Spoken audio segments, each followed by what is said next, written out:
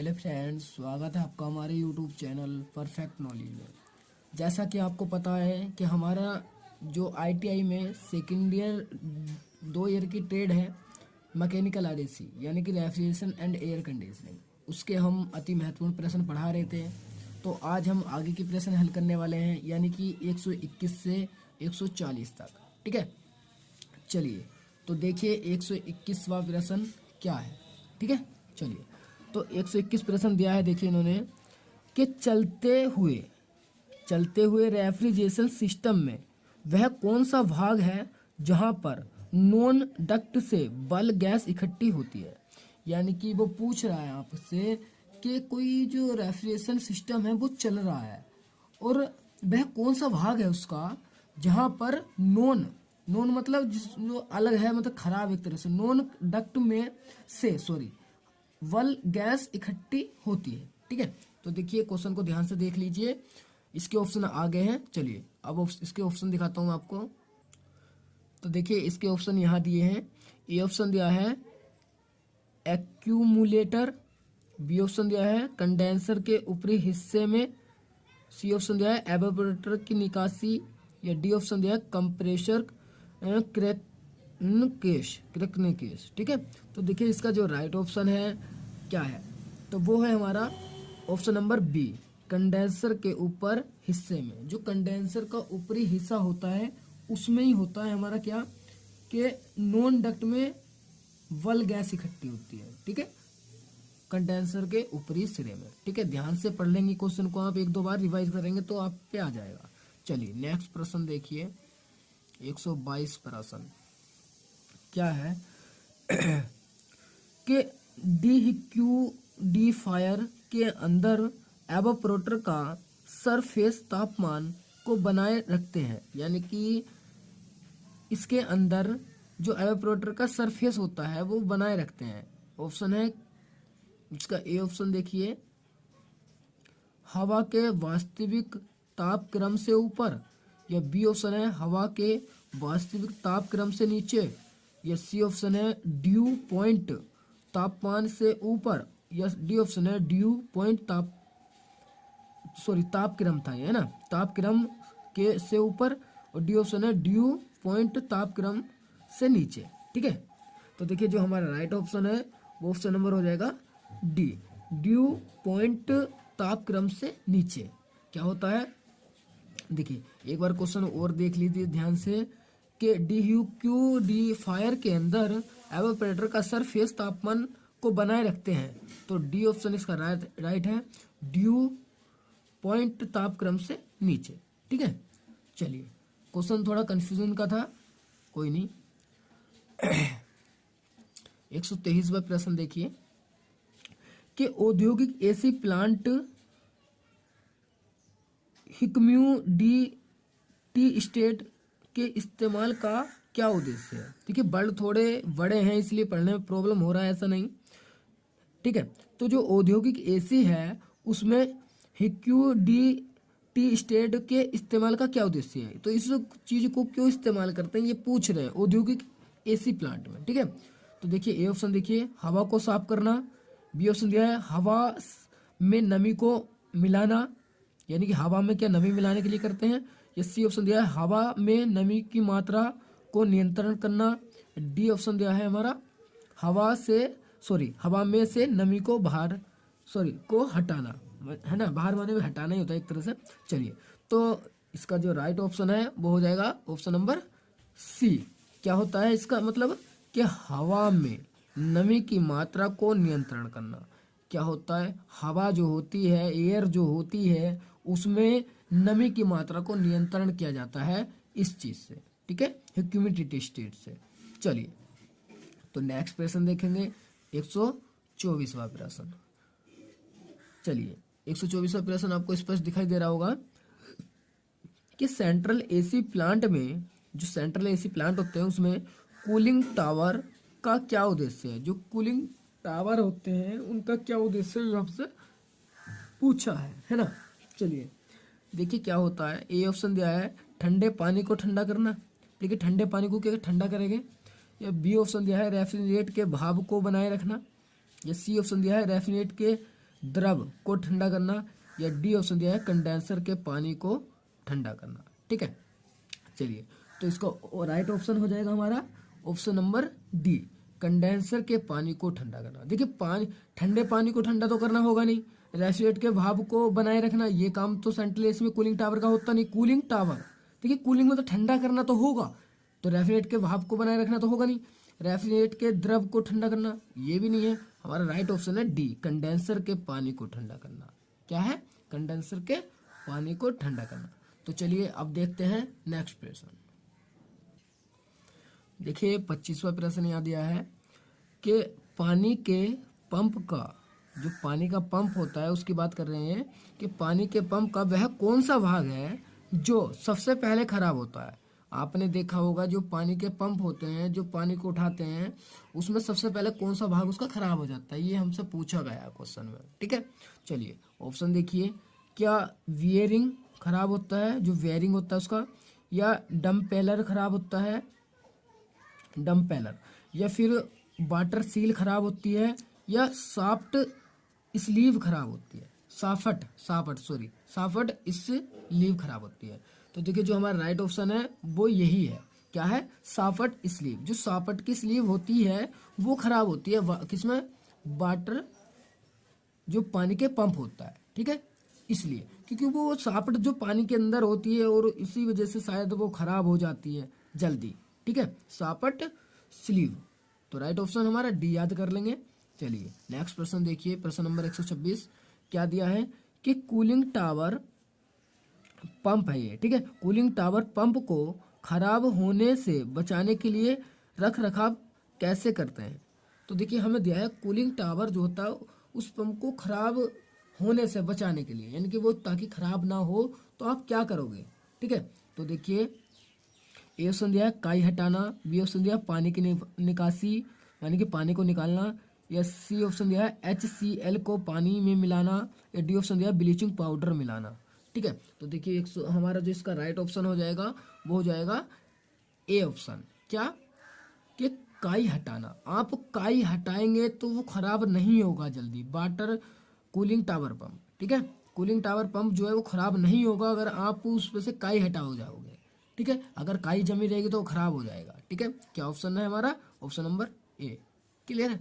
चलिए नेक्स्ट प्रश्न देखिए, प्रश्न नंबर 127 ये दिया है हमारा कि पंप डाउन के दौरान, जो पंप डाउन के दौरान की बात कर रहे हैं कि किस प्रेशर पे ये कर रहे हैं कि जिस प्रेशर पर कंप्रेसर बंद होता है, यानी कि जब किस प्रेशर पे कंप्रेसर बंद होता है ये कह रहे हैं, वह सक्शन लाइन का प्रेशर कितना होगा।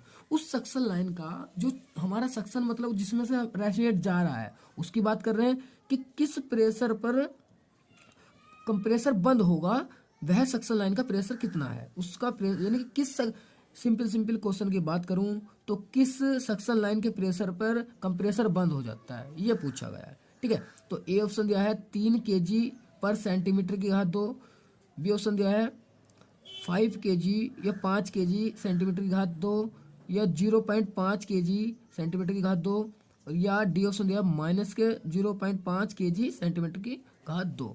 तो जो हमारा राइट ऑप्शन है ऑप्शन नंबर सी कि 0.5 kg पर सेंटीमीटर की घात 2। इस प्रेशर पे हमारा कंप्रेसर बंद हो जाता है। क्या हो जाता है? बंद हो जाता है। ठीक है, चलिए नेक्स्ट प्रश्न देखिए, प्रश्न नंबर 128 क्या दिया है कि डक्ट सिस्टम में स्टैटिक और हवा के कुल प्रेशर को किस उपकरण से मापा जाता है। यानी कि जो डक्ट सिस्टम होता है उसमें स्टैटिक और हवा के कुल प्रेशर को किस उपकरण से मापा जाता है ये पूछ रहे हैं। देखिए ऑप्शन दिया है pit tube, gauge manifold, C option दिया है प्रेशर गेज, और डी ऑप्शन दिया है कंपाउंड गेज गैस। ठीक है, तो देखिए इसका जो राइट है ऑप्शन हमारा ऑप्शन नंबर ए। क्या है? Pit tube. ठीक है, पिट ट्यूब से हम क्या करते हैं? स्टैटिक और हवा के कुल प्रेशर को मापते हैं। ठीक है, क्या ऑप्शन है हमारा? ऑप्शन नंबर ए। चलिए तो नेक्स्ट प्रश्न देखिए, प्रश्न नंबर 129। ठीक है, चलिए यहाँ देखिए कि आइस प्लांट मतलब जो आइसक्रीम होती है, आइस मतलब जो आपने खाई होगी उसी की बात कर रहे हैं। चलिए आइस प्लांट में एवापोरेटर बनाते समय स्टेनलेस स्टील धातु का इस्तेमाल, ठीक है। क्वेश्चन आगे दिया है, देखिए क्या है, क्यों किया जाता है, ये आगे है कि क्यों किया जाता है, ठीक है। अभी मैं दिखाऊंगा इसके ऑप्शन में, ठीक है, क्यों किया जाता है, ये है। चलिए आगे देखिए, तो देखिए यहाँ पे दिया था क्यों किया जाता है, ठीक है। अब इसके ऑप्शन देखिए कि कंट्रोल संबंधित, यानी कि कंट्रोल करने के लिए, या ग्लेवानिक, या सी ऑप्शन है रिएक्टिव, या फिर डी ऑप्शन दिया है जंग रोधक। तो देखिए मैं क्वेश्चन को फिर से रिवाइज कर रहा हूँ आपको कि आइस प्लांट में एवापोरेटर बनाते समय स्टेनलेस स्टील धातु का इस्तेमाल क्यों किया जाता है। तो देखिए इसलिए किया जाता है क्योंकि उसमें जंग ना लगे, क्या ना लगे, जंग, ठीक है। तो राइट ऑप्शन हो जाएगा ऑप्शन नंबर डी, जंग रोधक, ठीक है। चलिए नेक्स्ट प्रश्न देखिए 130, यहाँ पे दिया आपको कि AC plant system pump down operation से कौन सी गैस जोड़ी जाती है। ये कह रहे हैं जो एसी प्लांट सिस्टम है उसमें जो पंप डाउन ऑपरेशन से कौन सी गेज जोड़ी जाती है, ठीक है, कौन सी गेज जोड़ी जाती है ये पूछ रहे हैं। तो ए ऑप्शन दिया कंपाउंड गेज, बी ऑप्शन दिया air pressure gauge, C option दिया हाई प्रेशर गेज, और डी ऑप्शन दिया वाटर प्रेशर गेज। तो देखिए जो हमारा राइट ऑप्शन है ऑप्शन नंबर ए, क्या है, कंपाउंड गेज को आप जोड़ते हैं किसमें, AC plant system pump down operation में, ठीक है। तो राइट ऑप्शन है कंपाउंड गेज, ठीक है। चलिए तो नेक्स्ट प्रश्न देखिए 131 तो 131 क्या दिया है देखिए कि डक्ट से ग्लास वूल इंसुलेशन क्यों नहीं इस्तेमाल करते, यानी कि डक्ट से जो ग्लास वूल इंसुलेशन होता है, एक लिक्विड पदार्थ होता है, ये क्यों इस्तेमाल नहीं करते। क्या कम ताकत होती है उसमें, कि कम ताकत, ये ज़्यादा चालकता है, या पानी को नहीं रोकता, या वेपर स्थानांतरण की इजाज़त देता है। तो देखिए हमारा जो राइट ऑप्शन है ऑप्शन नंबर हमारा क्या हो जाएगा, डी राइट है, कि वेपर स्थानांतरण की इजाज़त देता है। यानी कि जो इंसुलेशन होता है, ये ग्लास वूल इंसुलेशन, ये क्या करता है, ये हमारे जो वेपर होता है, यानी कि जो हमारा रेफ्रिजरेट होता है, उसे स्थानांतरण यानी कि स्थानांतरण जाने की इजाज़त देता है। स्थानांतरण यानी कि एक स्थान से दूसरे स्थान तक जाने की इजाज़त देता है, इसलिए हम इसका इस्तेमाल नहीं करते हैं, ठीक है। चलिए नेक्स्ट प्रश्न देखिए, प्रश्न नंबर 132।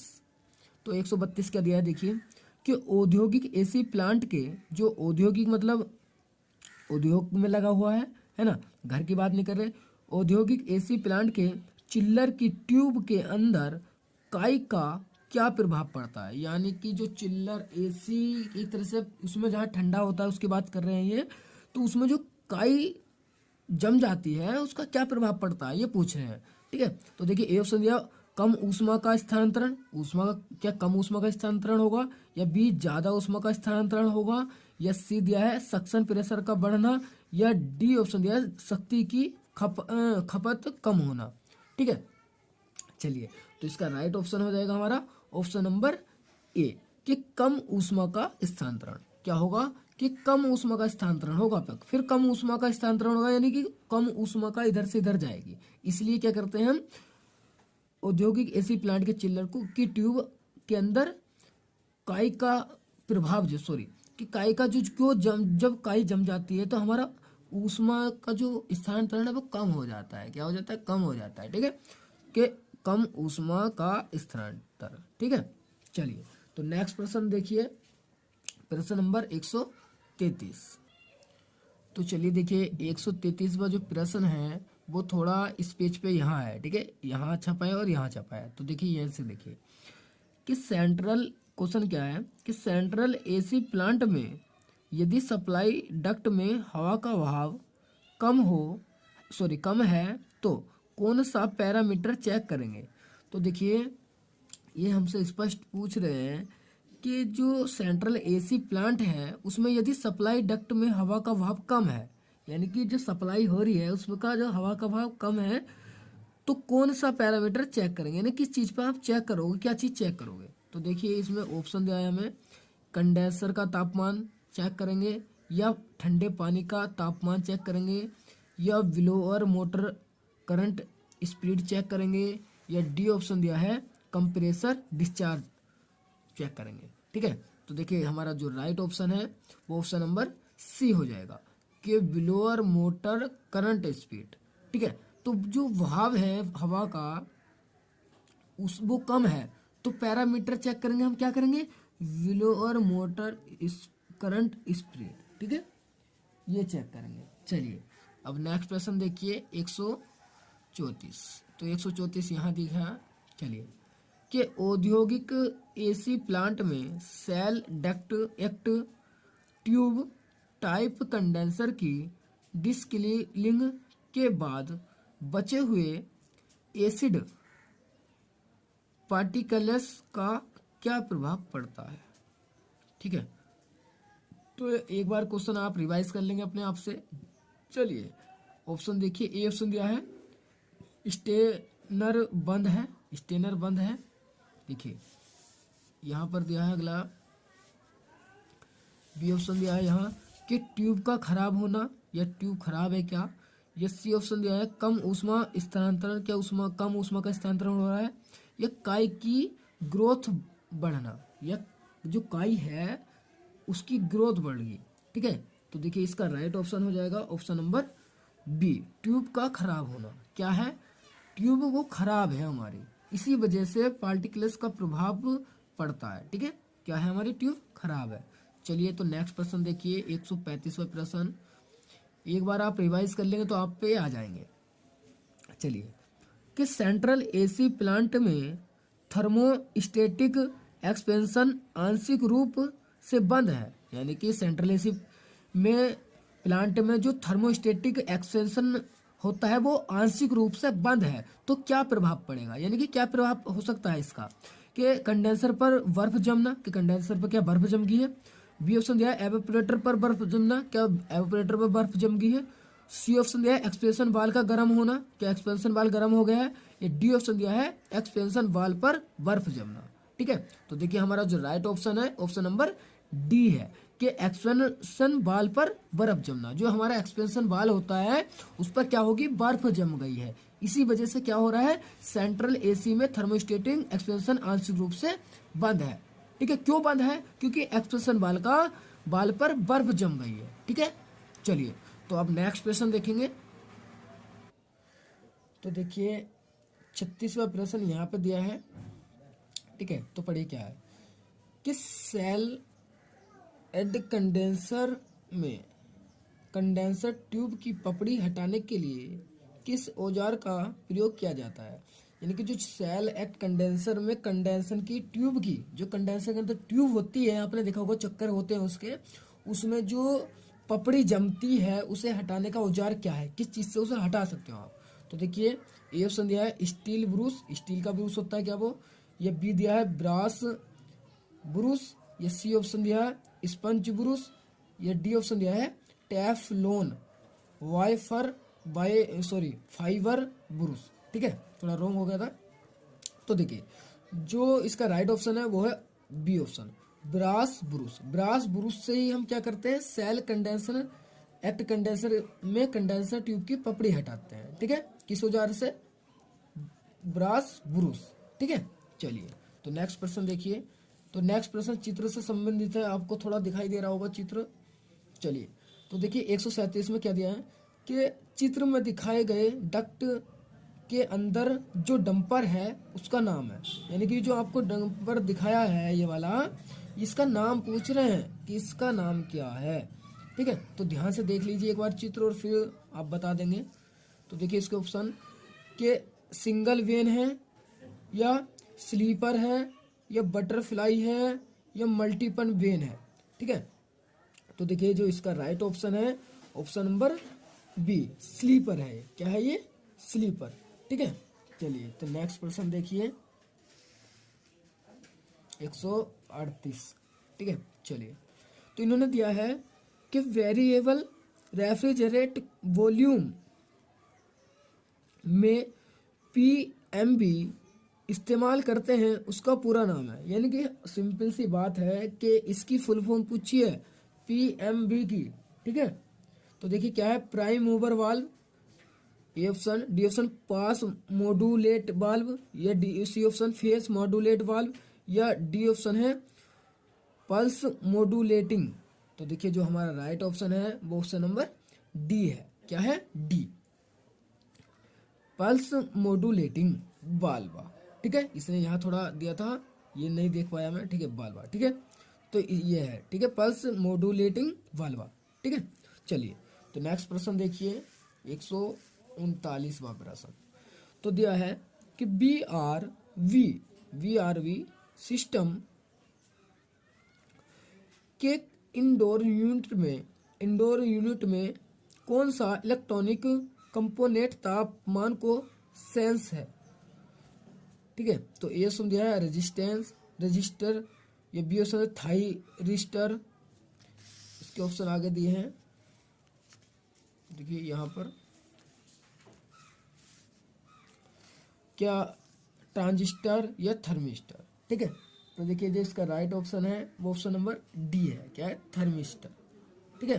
क्या है, थर्मिस्टर। क्वेश्चन को एक बार और देखिए ध्यान से, ये यहाँ पे दे रखा है, देखिए 139वां क्वेश्चन कि BRV सिस्टम के इंडोर यूनिट में कौन सा इलेक्ट्रॉनिक कंपोनेंट तापमान को सेंस है, तो वो है थर्मिस्टर, ठीक है। क्या है, थर्मिस्टर। चलिए तो नेक्स्ट प्रश्न देखिए 140वां प्रश्न कि BRV सिस्टम द्वारा किस प्रकार का AC सिस्टम चलाया जाता है। यानी कि एक BRV एक सिस्टम है, ठीक है। अब इसकी ऊपर नहीं, फुल फॉर्म नहीं आती। चलिए तो देखिए VRV सिस्टम द्वारा किस प्रकार का AC चलाया जाता है, ये हमसे पूछ रहा है। इसकी फुल फॉर्म आएगी, हम बता देंगे, ठीक है। चलिए तो देखिए पैकेज AC चलाया जाता है, या बी ऑप्शन दिया सेंट्रल AC प्लांट चलाया जाता है, या डी ऑप्शन दिया मल्टी जोन स्प्लिट AC, या इनडायरेक्ट AC, ठीक है। तो देखिए इसका राइट ऑप्शन हो जाएगा मल्टी जोन स्प्लिट AC। क्या, मल्टी जोन स्प्लिट AC ही हम चलाते हैं BRV सिस्टम द्वारा, ठीक है। चलिए तो देखिए आज के जो 20 प्रश्न थे वे समाप्त होते हैं। देखिए थोड़ा सा आप अपने आप से भी तैयारी करते रहिए, क्वेश्चन के साथ एक दो बार रिवाइज करते रहिए, आप पे ये अच्छे से आ जाएंगे, ठीक है। चलिए तो फिलहाल आज के लिए इतना ही, चलते हैं। जय हिंद।